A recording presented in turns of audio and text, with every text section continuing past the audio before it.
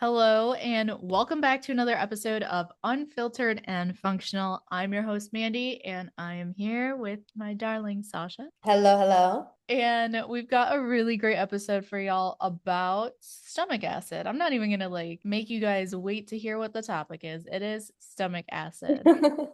And before you guys are like, oh, this isn't cool, this isn't interesting, like, why do you want to talk about stomach acid and what? It's very relevant, especially in modern days, especially for super busy type A women on the run.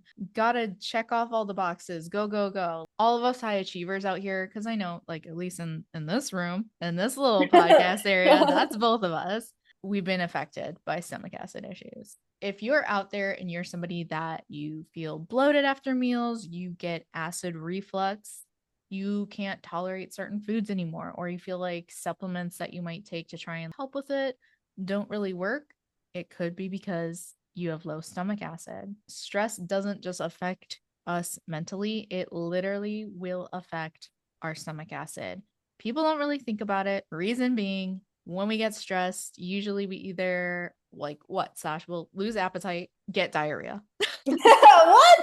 Well, I haven't gotten diarrhea, but like losing the appetite or overly eating foods that I shouldn't, like craving foods that are like not good. Right. Yeah. Whole point being, stress immediately like affects digestion. And I'm glad you've Yeah. never gotten diarrhea. You've never gotten like the nervy poops. Well, nervy poops, yeah, but not like diarrhea. Okay. I'm just imagining like my father-in-law listening to this because I was just thinking like he's been having some stomach stuff and like this would be so good for him. And I'm like, I'm so sorry if you're listening to this. Now we're talking about diarrhea. Sorry, Sasha's daddy-in-law. Okay. But relevant. So relevant. We're all human. Some people do get that. No judgment. No judgment. Those are the symptoms we usually focus on. A quieter symptom is this stomach acid link. So even if you're eating like the cleanest food, cleanest diet on earth, if you're stressed and you're not doing anything about it, you're basically pretty much sending your body into panic mode. Nervous system is like dysregulated. What I'll be referring to stomach acid is, just for like simplicity, is HCl, hydrochloric acid, which is like that's its government name. Just for simplicity though. So what it basically does in normal functioning people is it breaks down protein. It'll activate enzymes that digest things in our food so we can get nutrients, so we can get vitamins and minerals. What it also does is it will sterilize, per se, pathogens like bacteria or parasites that is on the food that we eat. I think pretty common knowledge that stomach acid is, well, acid. pretty high Duh. pretty high acid. So it burns through things, it kills things. Probably one of the more common things people don't think about is our stomach acid actually will sterilize things. And if you don't have enough of it, this could be one of those instances where we're getting sick a little bit more frequently because we don't have the appropriate immune tools that we need. HCl also will trigger our bile, which helps with digestion, and it helps us absorb vitamin B12, which a lot of people, specifically women, tend to be a little deficient in that. Where, and just for like the people to know, where do we typically get vitamin B12 from? Like food, I know that you can do like B12 shots, and I know like some of the food sources that do have like higher B12, but it's not as bioavailable. Like where would be the best place to get B12 from? So this is the thing about it. Any, not just B12, but any vitamin, best is going to be food source. B vitamin, B12 is going to be in like meat. But the question becomes, are we getting enough B12 through our diet and it's just not getting absorbed because we have Oh, low stomach acid? okay. Or are we just not eating enough of the right foods and we have proper stomach acid and that's Yeah. what's causing the deficiency? So when it comes down to B12 or any vitamin deficiencies, most of the time it's going to come down to that stress component and the low HCl Body versus, just not being able to absorb it. yeah. I mean, granted, there are definitely a pretty hefty population that might not be eating the cleanest. And okay, they're probably going to truly be deficient and maybe also have low stomach acid. Both. That sucks. Now you Okay. got both. Yeah, the majority of the time it's going to come from that stomach acid being inadequate. Okay, that Oh, makes sense. this is one of my favorite ones. Do you want to guess some of the symptoms if you have too low, not enough? Yeah, I mean, we just said that like things aren't digesting, so probably like bloating, Yeah. inflammation, water weight, like holding on to water weight, maybe like nausea from like nausea and or diarrhea. What's the feeling? It's like when like food is like coming up almost. Yes, yes. I'm so excited. Yes, it's like What? heartburn. Yes, yes, yes, yeah. Like a Yes, yes. reflux, something like that. Yeah, I would. Reflux GERD heartburn. Yes. That's what oh my God, I'm so glad you nailed that. That's what I was going for. Because most people that have that reflux or heartburn, they're like, oh, I have too much stomach acid, so I need to take a Tums or like my Lanta or Pepto. Mm. Some doctors will be like, hey, take this PPI medication, which is horrible, proton pump inhibitor, which decreases your stomach acid further. So, very horrible for long term use. And really, that reflux is usually we don't have enough stomach acid. So, do Mm. not take Tums. Do not take, Pepto Bismol. Most of Is the there a time, like, how could we, sorry, oh my God, my eye's so itchy. How could we differentiate when there's too much versus when there's not enough? one of the easiest things we can do, I probably shouldn't even talk about on here because it's more of like a off the record coaching technique. So I'll just leave it at there's like a baking soda test we can do. Oh, okay. Otherwise, what I would tell most people would be to keep like a food diary and see when does it happen, like what foods are you eating, what's triggering it. Because I have had a client before that they had too much stomach acid Ooh. and it would be like excessive burping, especially after she would have really acidic drinks. Anything with carbonation was a huge trigger because then the bubbles like it brings everything up and but she would be like all day burping, Oh, shit. all day. If you have too much stomach acid and then you're eating really acidic foods or you're eating like other fermented foods and it's going to make the acid level even higher, that's when we're going to kind of know, okay, food sources are lining up, your symptoms are lining up with too much acid versus not enough. Not enough. Yeah. Like with Okay. low stomach acid, you can have burping too, but it's with high stomach acid. It's like that incessant burping all day long. Yeah. Yeah. That makes sense. Oh, that sucks. Yeah. I would not. Ugh. God bless. Okay. That's why we're here. We're here to educate and we're here to help. Exactly. But I do want to kind of call you out a little bit. How guilty are you? Because I'm sure the people listening are a little bit guilty of this. I'm guilty of this in the past. How guilty are you of eating on the go or in a rush, in the car, standing up, at the counter? Um, Fun fact, I actually, this is probably terrible. I prefer to eat like a lot of my meals like standing. Like I'm like leaning over the counter while I'm eating because typically like my meal comes like I'll be eating after having sat on the couch for a while working, or maybe I was like just at the gym and like I just want to like eat.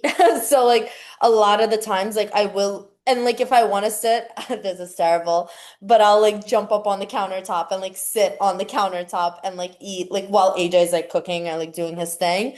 Like to actually sit down at the table. Like we're always eating, like we'll either sit at the couch and eat or like I'll sit on the counter and eat. Like we don't like sit down at the table like this and like sit and like have a meal.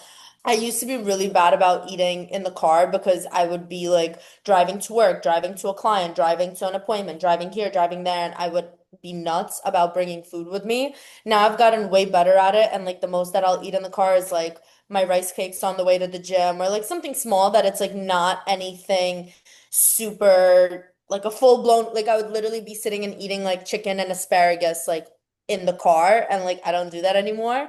But the rushed eating, I try to really delegate time to just, even if I'm standing and eating, like I'm not like rushing, I'm like enjoying my meal. I'm kind of just doing my thing, vibing. But I used to be really bad at it. And sometimes like my breakfast this morning, I was like eating it and then put it down and then went to go do something and then came back and like finished it and then like turned off the rice and did it. So it happens. I'm not perfect at it, but I definitely try to have at least 2 to 3 of my meals be a little like chiller. Thank you Yeah. for sharing. Yeah. Gotcha. I gotcha, bitch. Yeah, literally. No, that was me having a snack yesterday. I like caught myself where I like almost finished my coconut yogurt and then I started doing something and then I looked over and I had like 2 bites left and I'm like, what, why? I was like, okay, like what am I doing? Like, why can't I just finish this? Exactly. Why I wanted to bring that up because first of all, I know so many people also do that, myself included, present company included.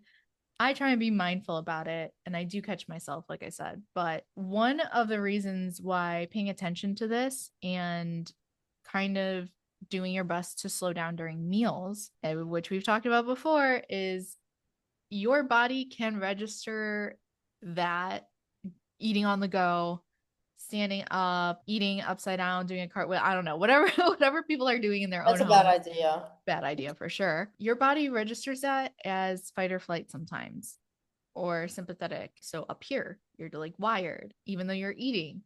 And what happens when we're up here? Digestion shuts down, not fully, but it will slow down to the point where we're going to have more symptoms. We're going to have that full belly feeling. We're going to not be able to absorb all the nutrients we're eating. So, bodybuilders, talking to you with this one, because I think that's when we're the most guilty is bringing our meals on the go because you said chicken and asparagus. And I was like, yeah, I remember eating that. Colin's driving in the truck, and I'm just like in the truck with, Powering it down. yeah. And yeah, it slows our digestion down. We're not absorbing all the nutrients we could be absorbing. And whereas when we sit down and we're mindful and there's no screens and we're chilling out, that lets our stomach acid do its thing and actually fully flow, be in the moment, and allows your body to prioritize that digestion versus like, oh shit, are we go, go, go? Should we not digest as much? Do you have to get ready to run somewhere? So it kind of dictates where the blood flows in your body. For digesting, it's going to go to the center of your body. And like, and if it's not, and you're still in that like stress state up here, your blood's not going to fully go there. So we're not digesting all the way, basically. Yeah, that makes sense. Other areas basically in our modern life that like contribute to this, like we talked, eating while driving, inhaling meals before meetings, or like if you're at work and you're like, oh shit, I have a call soon, also guilty of this. Doom scrolling while eating, like if you're just on your phone and like trying to eat, or skipping meals all day and then having huge dinners, that really throws off your stomach acid levels. Your stomach's like, Yeah. what the fuck, bro? Coffee is breakfast. We've talked about this one before. What it really is doing is it's not necessarily like you have a digestion problem. It comes back to our nervous system. And if this is consistently done day after day, week after week, year after year, then it becomes a digestion problem. So you don't have to be perfect. It doesn't mean you can't eat a meal in the car or standing up or sitting on the counter or at the couch with your hubby to be. Because listen, I do all that too, but it's just being really mindful about how you're feeling while you're eating and just really focusing on being present.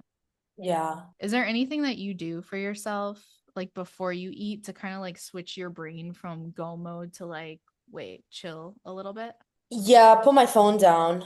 It's like what you said about the no screens. I'm not perfect when it comes to that because I like sometimes while I'm eating, I'll be like, oh snap, like I added extra rice to this because I don't want a rice cake. So let me adjust it in my Fitness Pal app. And then I'll notice and I'm like, because I don't want to forget the numbers of like, oh, instead of 250, I'm having 280. And then like if I don't do it right away, I'll be like, did I have 280 or 285? Like yesterday I had 285. Like so like I'll have like that happen. But as far as like the no screens, like we do like watching YouTube and or like movies. So a lot of the times when we cook dinner together, we'll get comfortable on the couch. We'll put our plates. We have like this ottoman thing that like we use as our little table, and we'll put our food there. We'll get a good movie on, and we just like sit and eat and enjoy. But it's not like that. It's one of the biggest things that I do if I am watching TV, if I am picking up my phone for any reason, is counting my chews. And I know that that sounds insane, but I was the person that like I would my food, like literally inhale it, like to the point where I don't think I was chewing everything. And then it was when I was in my first ever prep, and I think it was like my peak week, that on my protocol, it literally said chew 20 to 25 times. And that was the first time ever in my life that I thought about how often I need to be chewing the food to digest it and like to help. And like it made sense. I was like, oh my God, like I'm helping my body with the digestion because now it doesn't have to break it down. And then I started thinking like, oh my God, I've made my body do so much work by just like swallowing this food. And like I felt so much guilt. And I was like, oh my God, I'm terrible. Like this is so bad. And that has like stuck with me so much because like I started feeling so bad for like I almost like started looking at like my stomach and like my body as like I'm so sorry guys. Like I'm sorry guys. Like I made you do so much more work. So like something that I do before eating is like literally like remind myself like chew, enjoy, taste the flavors, like enjoy it, and like that putting my phone down, like unless it is something as small as just adjusting, but like I'm not looking on Instagram. I don't know how to explain it. I've been doing a better job. I'm not Yeah. like I'm No, that makes looking sense. at the food as I eat it, you know? So, No, is that's there something that you do? I've started, which is on my list here to share for some lifestyle digestion hacks. I've started taking like 3 deep breaths before eating, like with the longer exhale, just to like get that the vagal tone of the vagus nerve, Oh, like a little the bagel the tone. vagal tone. That sounded like bagel. Bagel would be nice. I Girl, I've been thinking about a bagel this week actually too, and I don't even like bagels. Like I don't hate them, but Because you've listen, never had a New York bagel. That's why. That's the problem. that probably. No Thomas's bagel bullshit here. But I'll take like 3 deep breaths just to kind of get my nervous system a little bit more centered because I am somebody that like typically operates up here. And I don't know, stay tuned. This is something I've been really mindful about the last 2 weeks, but Ooh, okay. So this is like a newer thing. yeah, I mean, I've always known about it, but it's one of those where it's like, hey, maybe going into prep, I should start incorporating this now Yeah. and be mindful about it now. Not to derail, but that makes me think of when families would like sit at the table and like hold hands, say grace, say a prayer. Like I feel like that's like, and then they eat. Yeah. Like that's almost priming themselves for like, yes, they're not doing it because of their stomach acid, but like in a way it does help that too. Oh, So it I'm like, totally does. maybe I should start holding Remy's paws and be like, and then we eat together, say grace together, and then Yeah, eat. He needs to be taught about stomach acids because that dog his food up. I know. Yeah, we have a slow feeder. We're gonna get so sidetracked here for Russell, but he crazy. He's a Yeah. vacuum. Yeah. Oh, they're nuts. Anyways, sorry. No, that was okay. But definitely saying grace and having that moment of connection and like those family dinners, there is validity to that, to it helping contribute to optimal health with Yeah. digestion. There really is. So I know as much as I sometimes hated family dinners as a kid, or I'd be like, I just want to play. Like, why do I have to come in and eat dinner with everyone and like sit there and talk about school?